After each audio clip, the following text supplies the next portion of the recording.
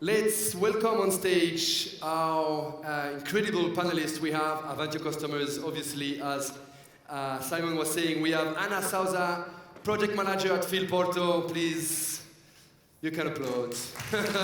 We have Patricia Gonzalez, co-founder and CXO in Alterhome. Thank you very much. Welcome on stage. You can see Anna.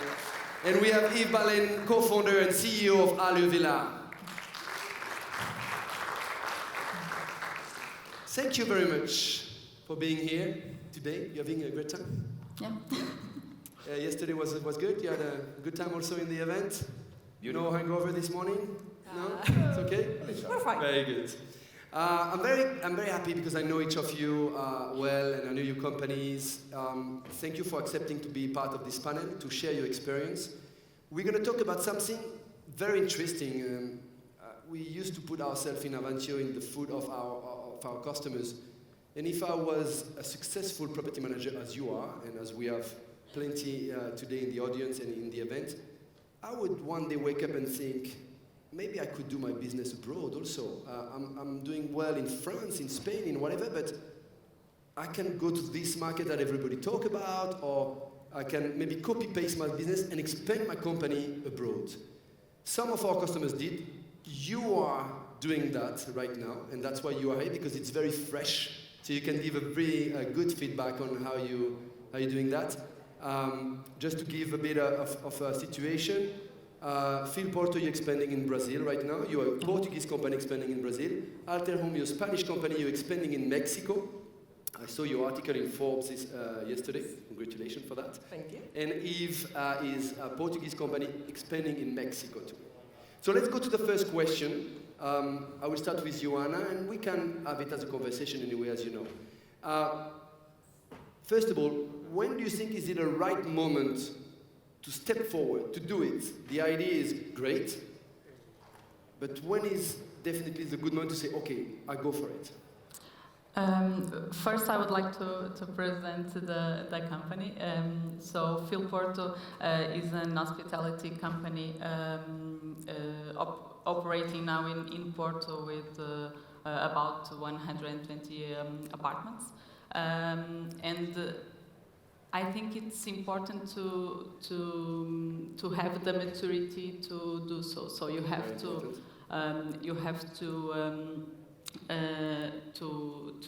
have the maturity in terms of process, in terms of HR structure, in terms of digital transformation. That is really Very important good. in our sector too. Beside all of that, the best timing for us. It was when appears the right partnerships there. So you were already thinking, but you couldn't find the right partner, the right person to start going there. Yeah, exactly. That was a trigger for you. Yeah, it was, and about of course the recent regulation in Portugal. It was a trigger too. Okay, that's very important. Portugal is suffering from local regulation. So I'll expand my business nationally with what I have already, or I anticipate that maybe that's going to be hard in the near future, so I expand abroad. Yeah, and we think that we can provide a distinctive service there in São Paulo. Yeah, more professional maybe, but there's already been plenty of professional company there, but it's true you have a very professional service. Patricia, what's your feedback about that? When was the right moment to start? I couldn't agree more with the maturity, like you said, of the service that you provide, of how your business and your processes work. But I would also say you need to not only open a new market based on the heart, on what it's like in fashion, like everybody's talking about this market, so I have to be there. All right. But instead, do your homework first and make sure that market is going to work for you. That would be the second thing. And also, understand the market. It's not always going to work like, I'm doing this, so I'm going to copy it here and paste it here. Because in some cities it might work, but in a lot, probably won't. So you need to understand the market, the regulations, how people work and live in that definitely challenging. city. Yeah. But they would say that with Chema and you, Patricia, in Alterhome, very successful in Madrid, thinking of going abroad, one morning you say, okay, we go because you heard about Mexico. What was the trigger that made you going there? Well, in here, I think there has to be 2 points here. Like, first of all, it's hard. Like, you hear it, and then the ideas start growing in your head. Yeah. But of course, there has to be data that goes with you. Right. And one thing that we checked, and in many cities as we open, is that some of them might work, some of them might not. Sometimes it's not only because you don't know the market, but sometimes it's the person that is running that market. That's why we kind of review our model and we change it to a completely different one. Like, not only are we gonna hire that person, and send it to that new market, but we're gonna partner with a local entrepreneur who wants to create his own vacation rental company, and then work together. Very good. Because he knows the market way better than you do. We'll talk about that. That's very, very important here to have the right partner. That was your trigger. It seems to be another trigger for you. What about you, Yves? Well, personally, I work more on intuition. Emotion, I would say. You're very emotional. I agree. And also quality of life and personal. So you're building in Yucatan, right? Yes, actually, I started 15 years ago. Allure, renting my home, which is located south of Lisbon, because I was doing off-road motorbike trip in Africa. So, and that was already emotional. Yeah, that's already. I didn't know at this time that it would grow that much. Today you have 150. I had my neighbors, a friend of the neighbors, asking me to take care of, and afterwards, like a snowball, and now we manage around 150 villas around only in Portugal. So you mean that you build your very successful business today on emotion, you're a very good businessman, but the original impulsion was the feeling, and you're doing the same in Mexico today? Yeah, the same. It's the third winter I'm going to pass in Mexico. Just following my daughter, doing kitesurf with her. She's a kitesurf instructor. And second year, we were seeing opportunities. We decided to set up a company and try to reproduce the business model, and it was not possible because of manpower, because of culture. Okay, we'll talk about that after. Yeah. But yeah, you're following this impulsion. It's nice that we have different point of view, because obviously you have an emotion. I think part of the business needs to be emotional sometimes, and the other part is data. So you have in every company, or you're more data driven, or you're more emotionally driven. It's depending, but it's a good transition to the next topic. Maybe I'll start with you, Patricia, this time. You were talking about market analysis and data. You made a market study of Mexico before you go there, very, very precisely. What are the main data that you consider to really take your decision? Well, obviously you need to understand if this is a destination that makes sense for the guest. If there are no guests, it doesn't make any sense, for sure. But it's also about how you're going to get to those guests. Because, obviously you need guests, but also you need to understand how to reach them and how to attract them. So, because otherwise it wouldn't make any sense to start working there, in that new market, right? So you were watching the average daily rate, the average length of stay, you were watching the growth of the company there. Is there professional enough? Is there room for me as a professional company to arrive there? Yeah, exactly. All those metrics are really important. But also the maturity of the market, for sure. how professional it is at the time. What do you say about Mexico in one sentence, without entering too much into how mature is it? I think there is room for improvement. I think so too. It's definitely a market in full expansion. Yeah. It's getting professionalized. Something we lived, and we're still living, but we lived in Europe some years ago, and it's happening now in Mexico. Yeah. So, for sure it's different, and it's not like copy and pasting is going to Totally. work. But I mean, if you can adjust and if you know how to understand the market, if you can settle in, because it's quite different. So that's why, I mean, we didn't have the local knowledge.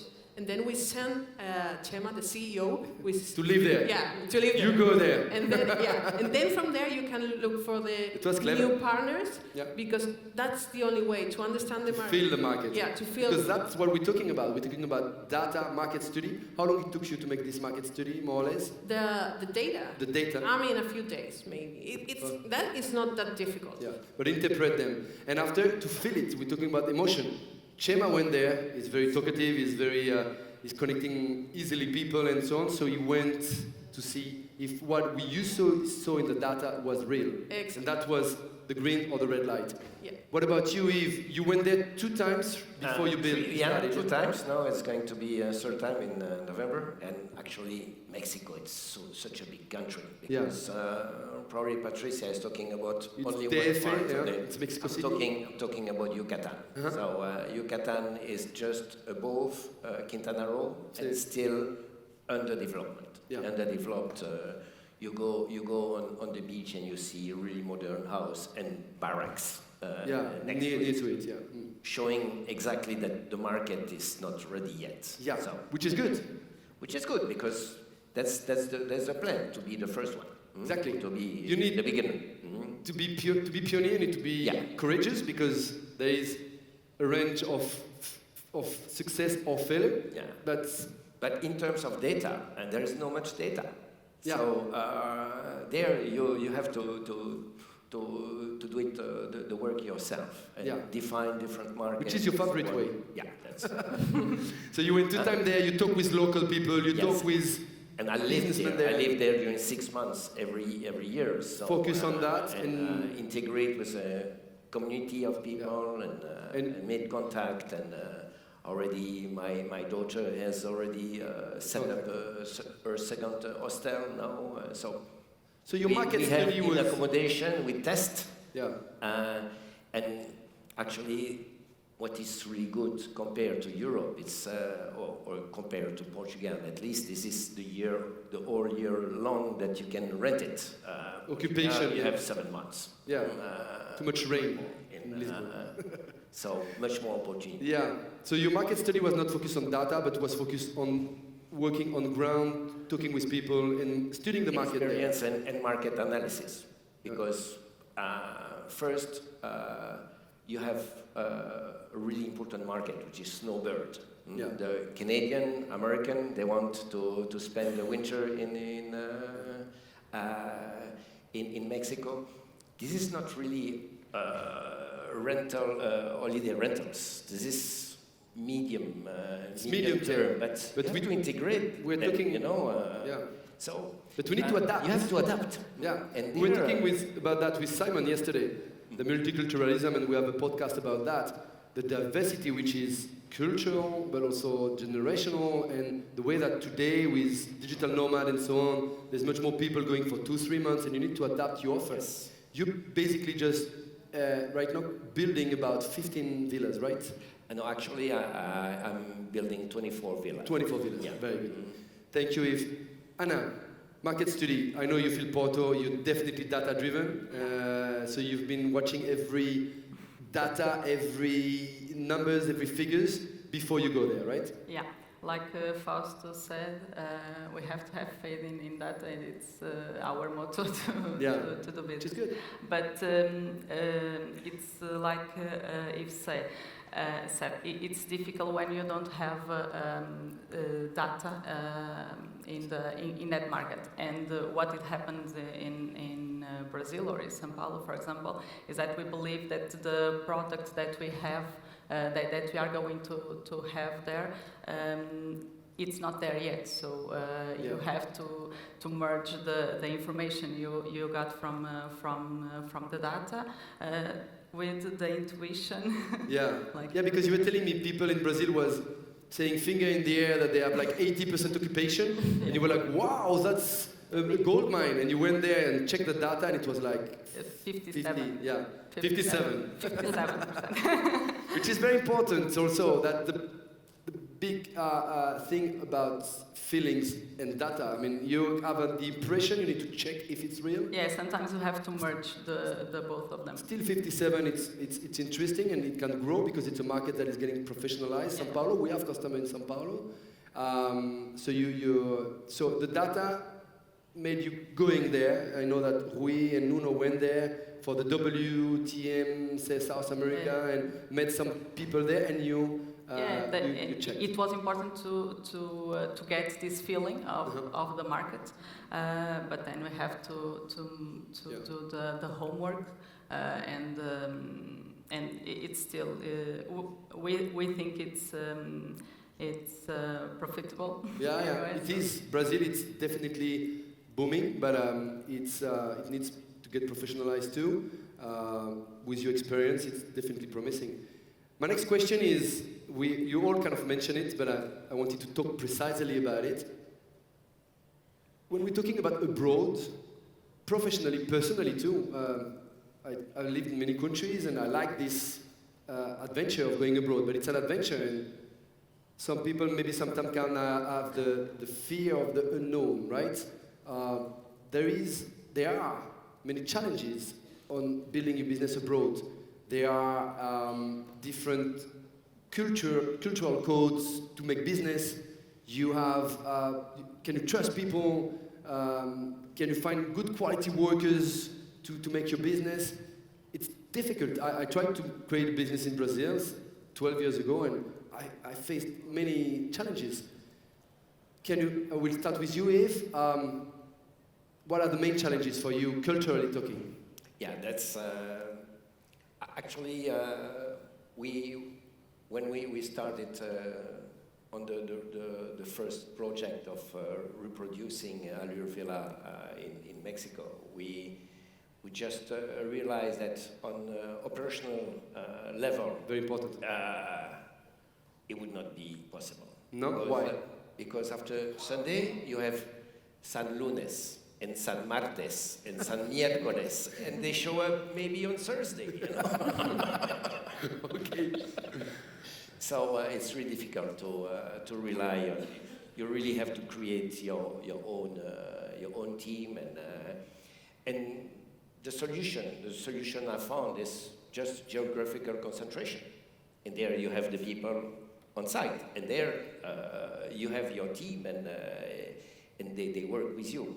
But having your operation disseminated, you need the operation on site. But how can you recruit if you don't know, or how can you trust? Because your idea after is to go back to Portugal and having people managing the business there. Yeah, well, actually, that's to have your personal really working for you Full time. Full time. Yeah, you're not going to externalize. You're going to have your own employees, but you need to motivate them. You need, it's true. It's a real challenge. Always by paying higher salary. You told me the story yesterday. It was interesting that the builder of the villa, that you were not sure that he was so implicated, and at the end, the way you found to implicate him really is to make him a business partner. So he's not only building the house, you got into the project. That's philosophy, That's very clever. But that's an cultural adaptation. It's very good. Instead of paying him a fee on the cost of the house, I just say, well, more the villa is going to cost, more you're going to earn. This is not possible. Yeah. So I'm going to give you a house. Wow. And can I build a house? participation on and that's the way. Very good. And from a provider, I made a partner. Very good. Anna? Yeah. Brazil, a lot of challenges. One, it's the same. So the guest experience. Our concern, our biggest concern is that. And how can we provide the same quality service that we provide in Porto there when you are abroad? I mean, of course, that we can have people there, but should we send someone there? Of course, in the beginning, it's probably the best option to quality control, but it's difficult to you have to go there. Legal requirement too. It's hard, no? You need to adapt yourself to make labor contract over there, create your company over there. Yeah, we know that, so we decided to externalize the pay a company that do all the administrative work for you on the country. Very good. But we need to have someone that we trust to control the quality. So that takes time also. Yeah. But we have other challenges. For example, the security, something that we don't have in Porto. Portugal, Mm-hmm. in Porto and in Portugal in general. Yeah. There is something that it's new for us. How can we hire security? What kind of problems this may take after all? And very important that you would face the same problem of security in Mexico City. For us, local knowledge is key. And like as I said before, I mean, we have open cities that have worked, many of them, but also have open cities that have not worked. And the difference was not only that not that we hadn't done our homework and studied the market, it should work, but it was that for some reason we were not adjusting to that market. Okay. And that we found the hard way, right? So, I mean, it's super important to have a local person understanding the market to run the business. And I mean, because you can know the processes that work for you, the way you attract your guests, or how you even charge them, I don't know, anything. But it probably worked different, and the local partners there, and the extra services, and everything, every local thing is probably going to be different. That's why it's very, very important to have someone there. And like you said, I think it's very, very important that that person is not just an employee. Get involved. Yeah, but get totally involved. Like, it's my concern. I'm gonna make this work no matter what. And great tips. If you mix that with the local knowledge, then that's a win. I think it's fundamental. Yeah, you need someone there that you can trust, and after you can spread this trust and having people. If you could, and we'll finish with that before we accept some question. If you would have to say 3 words on the strategy to build, just to summarize. To the audience on expanding your business abroad, what would be these 3 words? Anna? Just words, okay. Yeah, because we wanted to talk about 3 steps originally, because of the time I would summarize in 3 words. Okay, like data so for you, for sure is one. I know you guys. Yeah, data, knowledge of the market. The market, it's a little bit different, and the financial part too. The financial budget and strategy. Yeah. Very good. What would be? I would say for sure that data. Data, I know you too. The person, the spirit of the person that is going to create that with you. This key person you were talking about? Yeah. That's, for me, that's the key. Okay. And also the processes, and along with the capability of adjusting them very quick in case you need to. Adaptation, with the capacity of adapting. Totally agree. Yves? Well, first I would say vertical integration. Very good. And synergy.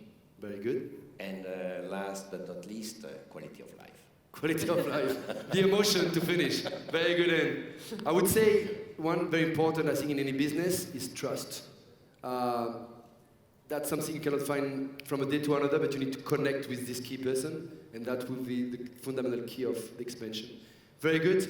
We will open to question. Anybody in the audience would have a question to our panelists here? Raise your hand if you have. Yeah.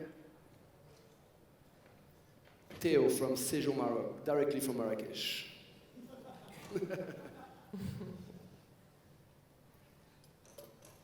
Hello, everyone. Yves, I heard you talk about synergy. Yeah. And we talked about new markets. And I'm thinking, did the opportunity of this new market helping your current market in Portugal reach your brain at some point? That the fact that you're gonna have snowbird coming in Mexico, do you think it's gonna be an opportunity for them to be in Portugal next year, for example? Well, I think these are two different markets, and the synergy between Portugal and Mexico is going to be difficult. Only we're going to use our experience we have, but the synergy is going to be inside Mexico. And with the community, I have integrated people near Merida and on the coast of Yucatan. Maybe Patricia or Anna, did you think it would help you grow your current business to open a new business over there to bring people to Europe or? Yeah, of course, it's possible to have this cross-selling. It depends how do you sell it and how is your marketing strategy to do that. For us in Brazil, it could be easier because we have already a lot of Brazilian in Portugal. So it could happen because our main clients there are going to be Brazilian too. So. Was one of your motivation maybe? Yeah, two. Yeah. One. I would also add, if you allow me, that it's very inconvenient for your first market to have a second one. Mainly because, I mean, you dominate your first one, and then you kind of go in the things that work for you. And sometimes you don't stop to work on other things that might work. But when you go to a second market, you are forced to think out of the box. To reconsider. Yeah, and then you realize, hey, this that I'm doing here does not work here. So I'm here, I'm gonna try this one. Once this works, you say, hey, maybe I can get something from this and apply to this. To my existing business. So it enriches, I mean, one another a lot. Thank you. Yeah, thank you, Theo. Anybody else? Definitely, yeah, we have someone in the corner there, I cannot see. Definitely, we're talking about that in our podcast with Simon. Cultural diversity enriches your individual and professional life, and that's a good example. Something that works abroad can work suddenly in your own business. Yeah, sorry. Hi. Hi, everyone. So my question, I think it applies to Anna because I know Phil Porto, and I don't know Allure Villas or Alterhome. But why did you wanted to expand internationally instead of expanding on your current country? For example, you talk about you're having 120 apartments in Porto. Why not expand to Lisbon and Algarve, or for example, Alterhome? Instead of Madrid, expanding to Barcelona, Sevilla, and other cities on your current market? And why do you consider international expansion instead of national expansion? Yeah, it's a good question. Actually, I didn't say before, but we already have one foot in Lisbon and Algarve. It's not a closed deal yet, but we have. And I must say that it's about opportunity. So when the opportunity comes, you just start to consider this. And in this case, in our case, it was Brazil. Yeah. And of course, the language, we have a lot of reasons. Yeah, the language is already kind of helping. And what about political situation in Portugal? Portugal, because of the new regulation, it pushes you to consider abroad. That's a good point. In Spain, we don't have yet fully this kind of, we have always regulation, obviously, but not as hard as in Portugal right now. Why not expanding in South Spain before? Well, actually, for us, we did start in Madrid, but we expanded nationally first because it makes sense. I wouldn't try to run a marathon without any training first. So right. for us, I think it makes sense. You have your first market, then you go to the second one and you don't go to the most difficult one. Then you start what comes. Common language. Yeah, common language, common country. Even if something happens, you are, maybe 2 hours in the train. I don't know. But if you have the chance, if those markets make sense, you open those first. And then when you dominate those, then you go internationally. So you did nationally before. Yeah. Very good. Thank you very much. It has been incredible. Ladies and gentlemen, thank you very much. Thank you very much. Panel.